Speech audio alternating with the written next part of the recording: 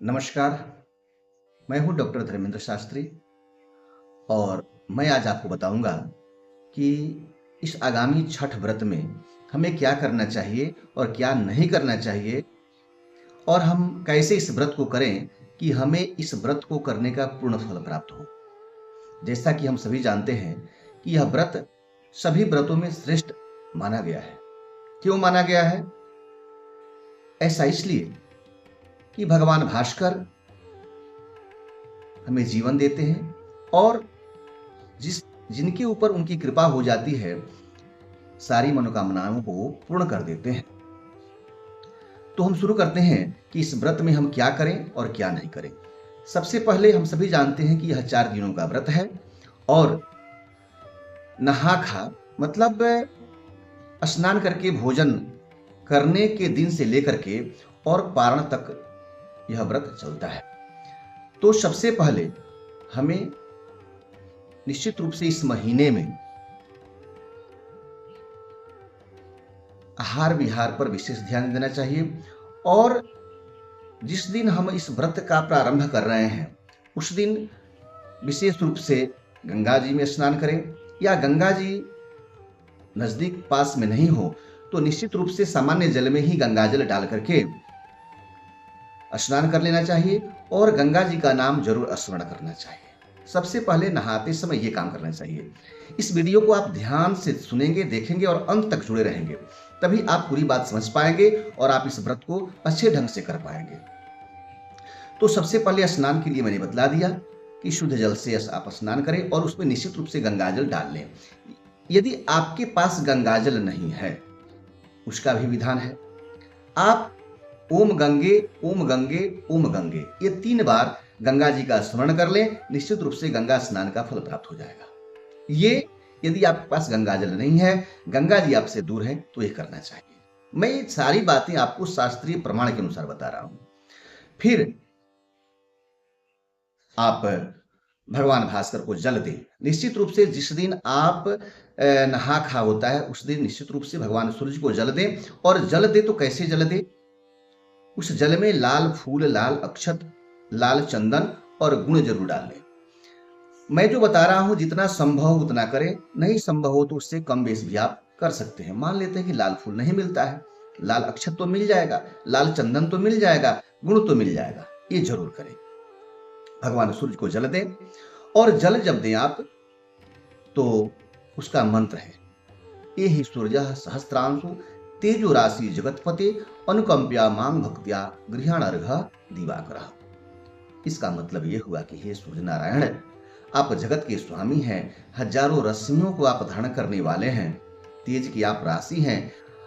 मैं जो अर्घ दे रहा हूं या दे रही हूं आप उसे स्वीकार करें और मेरा कल्याण करें।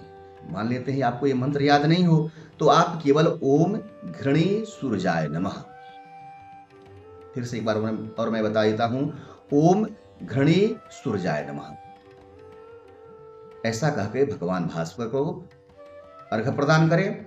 फिर घर के जो देवी देवता हों, कुल के जो देवी देवता हों, उनको आप प्रणाम करने के बाद, बड़े बुजुर्गों को प्रणाम करने के बाद आप शांत चित्त मन से भोजन करें। भोजन कैसे करना है? नाति शीघ्रम नाति विलंबितम नाति उष्णम नाति शीतम, मतलब न ज्यादा ठंडा भोजन करें आप और न ज्यादा गर्म भोजन करें, इस पर ध्यान देना है। न जल्दी जल्दी खाएं, नाति द्रुतम नाति विलंबितम। मैं सारा बात शास्त्रीय बता रहा हूं। तो न जल्दी जल्दी आप खाएं और न धीरे धीरे खाएं, न गर्म खाना खाएं और न ज्यादा ठंडा खाना खाएं। और एक और चीज का विशेष ध्यान रखना है, वो क्या है? नाति तिक्तम, ज्यादा तीता भी नहीं, ज्यादा खट्टा भी नहीं, मतलब सामान्य भोजन आप करें, मधुर भोजन जरूर करें। उसमें निश्चित रूप से आप लौकी की सब्जी धारण कर उसमें आप ग्रहण करें। साथ साथ भोजन में अरहर का दाल होना चाहिए, पुराना चावल का भात होना चाहिए, जो सभी आप जानते हैं।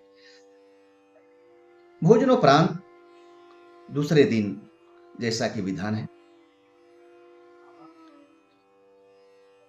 नहा खाने के बाद दूसरे दिन जो आप रसियाव रोटी का जो विधान है, उस दिन दिन भर व्रती निराहार रहते हैं। संध्या समय जो भी बनता है रसियाव गुण का तो ग्रहण करें, दूध का ही बनता है। लेकिन ऐसा नहीं है, आपके पास जितना सामर्थ्य है, सामर्थ्य के अनुसार आप पकवान ग्रहण कर सकते हैं। कम है तो उसके लिए कोई विशेष बात नहीं है, लेकिन उसमें ये चीज होना चाहिए कि ज्यादा चीनी का ग्रहण नहीं करना है। गुण का जितना ज्यादा से ज्यादा हो, गुण का ही ग्रहण करने का विधान है। पुनः जिस दिन हम प्रातःकालीन या संध्याकालीन व्रत हम करते हैं, मतलब इसे सूर्य षष्ठी व्रत के तीसरे दिन संध्याकालीन अस्ताचलगामी सूर्य को जब हम अर्घ्य देते हैं, उस दिन की मैं बात बता रहा हूं। यदि आपके पास नूतन वस्त्र है तो भी ठीक है, अगर नहीं है तो आप पुराने वस्त्र को ही, मतलब धुला हुआ होना चाहिए, स्वच्छ होना चाहिए, पवित्र होना चाहिए, उस व्रत को, मतलब उस वस्त्र को भी आप धारण करके आप व्रत कर सकते हैं। कोई जरूरी नहीं है कि नूतन वस्त्र ही होना चाहिए, कोई जरूरी नहीं है कि फलों की राशि बहुत अधिक होनी चाहिए। कम फलों की राशि में भी आप इस व्रत को कर सकते हैं, कोई आडंबर नहीं। ये व्रत ही है, आडंबर विहीन व्रत है, कोई आडंबर नहीं।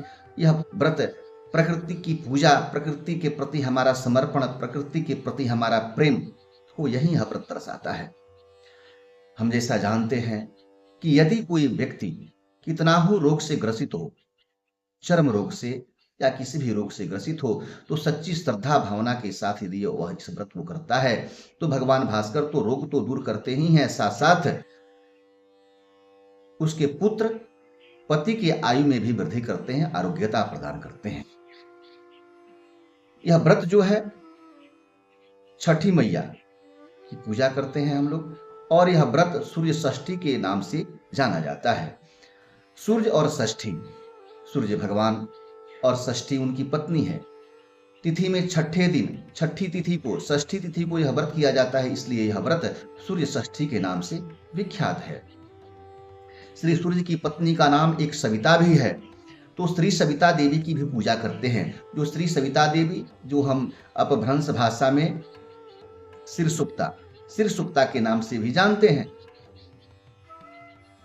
जो मूर्ति के रूप में सरोवर के तट पे विद्यमान होती है।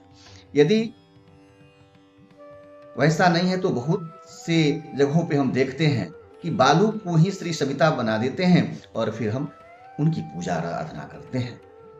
यह व्रत हमें संदेश देता है कि हमें सरोवर को स्वच्छ रखना है, तालाब को स्वच्छ रखना है, नदियों को स्वच्छ रखना है और प्रकृति से प्रेम रखना है। यह देश ऐसा है कि यहाँ तो हम पत्थर की पूजा करते हैं, नदियों की पूजा करते हैं, पशुओं की पूजा करते हैं, पशु के रूप में गाय की पूजा करते हैं, पत्थर के रूप में भगवान भोले शंकर की पूजा करते हैं, और नदियों को माँ कहते हैं, पशु को माँ कहते हैं। इंसान की तो बात भला क्या की जाए। तो हमें यह व्रत निश्चित रूप से त्याग और समर्पण का संदेश देता है, प्रकृति से प्रेम का संदेश देता है। तो पूरे मन से हमें, हाँ, एक और चीज मैं आपको बताता हूँ चलते चलते, कि जो भी व्रती हैं तो कम से कम 4 दिन तक असत्य भाषण न करें। असत्य भाषण का मतलब झूठ न बोले, काम, क्रोध, लोभ, मोह, अहंकार और असत्य से दूर रहे। निश्चित रूप से आपके ऊपर मां षष्ठी की कृपा होगी, भगवान भास्कर की कृपा होगी।